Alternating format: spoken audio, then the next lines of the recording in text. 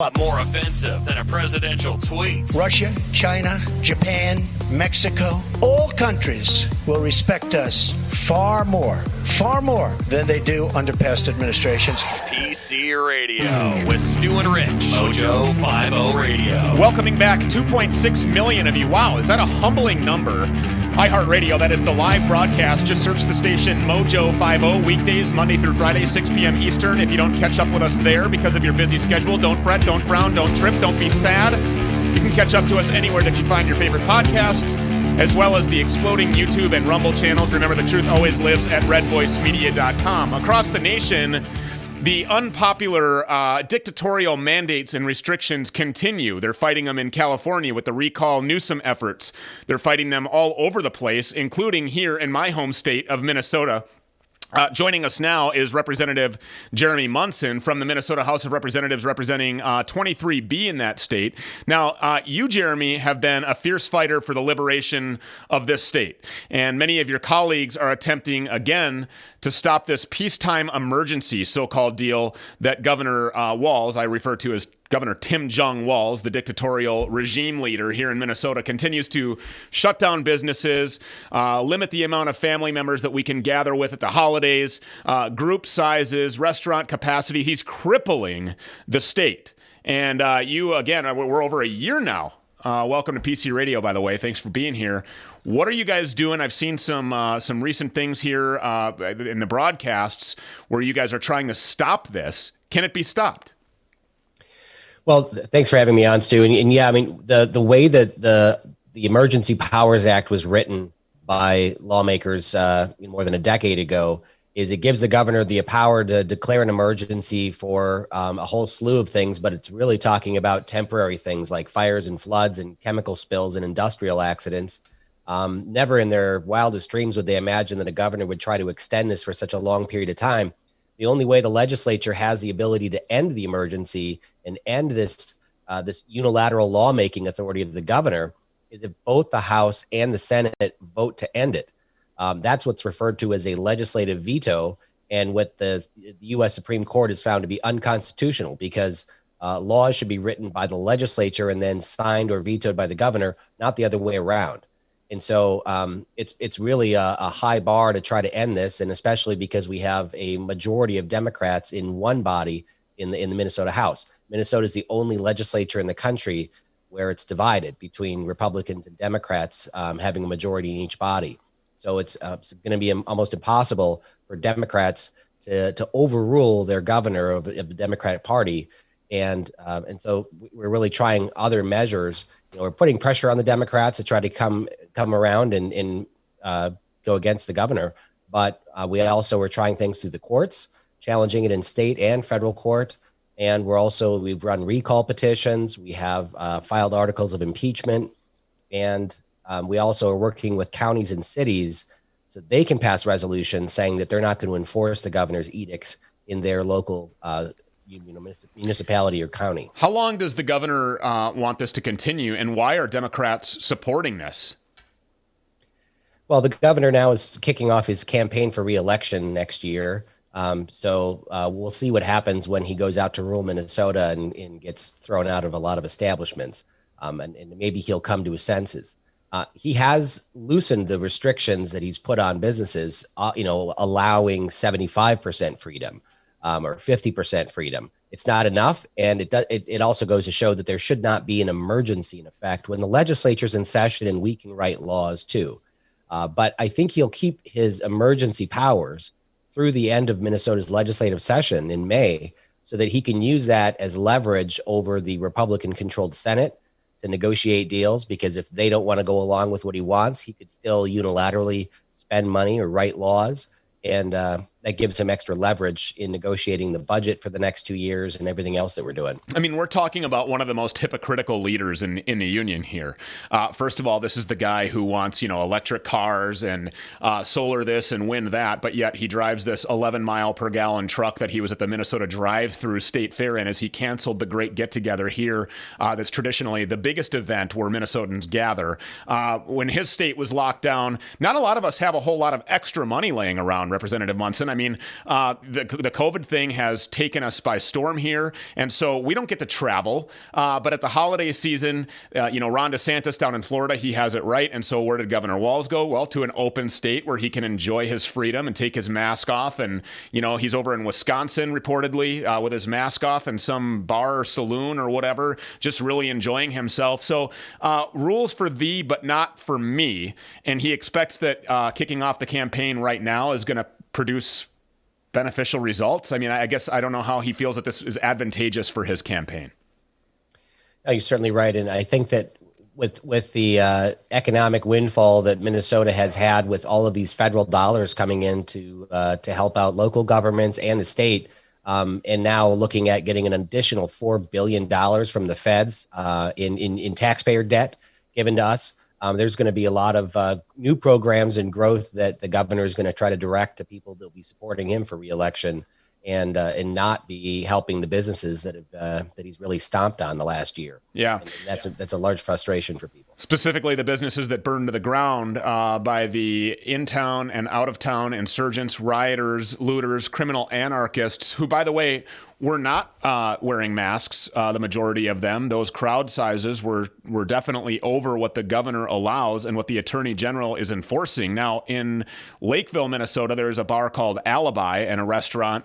The owner there kind of took a stand here in a list of, I think, about 100 businesses that were kind of defying this overreaching dictatorial mandate that businesses shut down unconstitutionally. Would you agree that the backbone of the economy, and this is kind of a rhetorical question because I know where you stand on this, but just for the listener's sake here, would you agree that the backbone of the economy is small business? Well, it certainly is. And that's where we're going to be, getting the next large entrepreneurs too, from, that are starting these new businesses. And, what we've seen in Minnesota is if you're a business that has the ability to hire lobbyists to go to St. Paul and fight for handouts in front of small businesses, those businesses have been very successful. And, the Targets of the world and the Amazons and Walmarts and the fast food chains have made, hand over fist money this past year, and small businesses have been crushed. Yeah. And it's really about, locking down the capital like we do in Minnesota, where we wrap, 8-foot razor wire around it and prevent the public from coming in, but yet still handed lobbyists access cards to get into the Capitol so they could lobby their legislators. It's dangerous for me to go get my hair cut in my small barber shop with just me and my barber. It's dangerous for me to go to my local hardware store that's owned by the guy that lives, 2 neighborhoods away from me, who has literally risked it all and sacrificed everything in his life to keep his hardware store afloat and be a staple in our community. But yet it is safe for me to be stacked nut to butt like cordwood at Walmart or Target or Home Depot or Menards.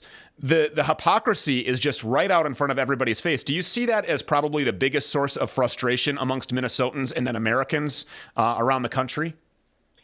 Yeah, I mean, I certainly do. And, part of that, too, is that at the beginning of this pandemic, the governor was saying, well, we need to trust the science, and the CDC is recommending this and that.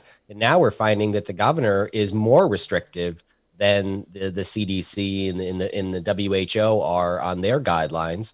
And furthermore, we had a push for all these cases were being highlighted in the news. How many new cases of COVID were found today or this week in Minnesota, and that being used to justify the lockdowns. But now what they're saying is even if you've been tested positive for it, you still need to be vaccinated. And why is that? It's because most of the positive test cases were not actual positives, right? There's so many false positives. But they can't go back and say, well, what we looked at before was the data was wrong, and you didn't actually have COVID when we told you did. And when we told you that you had to stay home from your job for 2 weeks, or you just shut your business down and send all your employees home because somebody tested positive that probably wasn't. They can't use the cases as a justification for locking things down, and then now say all these people that we said had COVID actually didn't, and they still have to be vaccinated. So that hypocrisy is really frustrating too. Yeah, that's a great point. And, on this program, we have gone to great lengths to show the facts behind these PCR tests and the level of unreliability. I mean, if I test you, Jeremy, 6 or 7 times, you're going to test positive eventually. And the inventor of the PCR test, who discredited Fauci in 1993, is now saying, and then the lockdowns, let's talk about that. Factually, statistically, around the country, it shows that states that were open did not exceed states that were locked down in the number of positive cases, in the number of deaths. So the lockdowns are proving to be not effective, but yet we're continuing to do it. So the question is, now, relating to the vaccine, okay, we're going to make this vaccination available for everybody, but then you're not able to do this or this or this or this. So in a virus that boasts a survivability rate of over 99%, and with a vaccination that has an effective rate of, say, around 94%, and not knowing who's positive and who's not, and with the decline of positive cases and hospitalizations in the state of Minnesota, why the push for continued lockdowns? Why the push for the vaccinations, in your opinion? I mean, I think that this is just seen as a great opportunity to grow government and to expand programs. And while they're at it, picking winners and losers in the economy, one of these big sleeping giants that we haven't addressed is the eviction moratorium. And that's a very serious issue. Landlords, property owners didn't get a big bailout with all the other businesses. But I hear every day from people who have, one or two rental properties and their tenants haven't paid rent for over a year. And they're losing their home, they're losing their rental property, their retirement, and that hasn't been addressed. And if people were 3 months behind last year, and they're a year behind now, they're never catching up. Yeah. And this is going to be a serious cost. And this is actually probably the purest form of the government taking property from people. They're taking property rights away from property owners, and that needs to be addressed.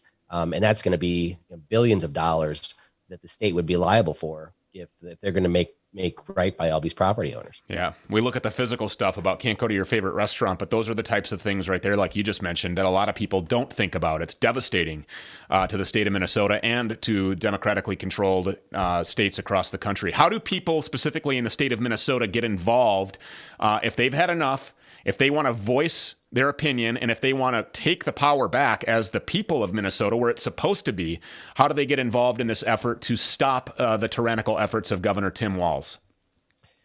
Well, I mean, you need to come in and join lawmakers or join one of these outside groups that's really taking a stand against the governor, putting pressure on him. There's a group called North Star Liberty Alliance, Action for Liberty, the Freedom Club. And then, of course, lawmakers themselves are organizing events. There's the Rocks and Cows group in Minnesota. We have a protest scheduled on Sunday outside of Mankato West High School, where the governor used to be a teacher. He's actually giving his State of the State address from his classroom hiding in Mankato West High School. And so it's probably kind of half State of the State address and half kicking off his reelection campaign. But we want people to show up and make their voice heard, because the governor needs to end the emergency and restore the balance of power, to restore the legislature as a co-equal branch of government as our Constitution requires, and give up his unilateral lawmaking authority. Yeah, it's called checks and balances. It's what the founding fathers of this country had in mind when they set up all of these different branches of government. We support your efforts, and thanks a lot for being here. Jeremy Munson, Minnesota House of Representatives. More of the powerful conversation continues as PC Radio continues in just 60 seconds. My name is Stu Peters. Go nowhere.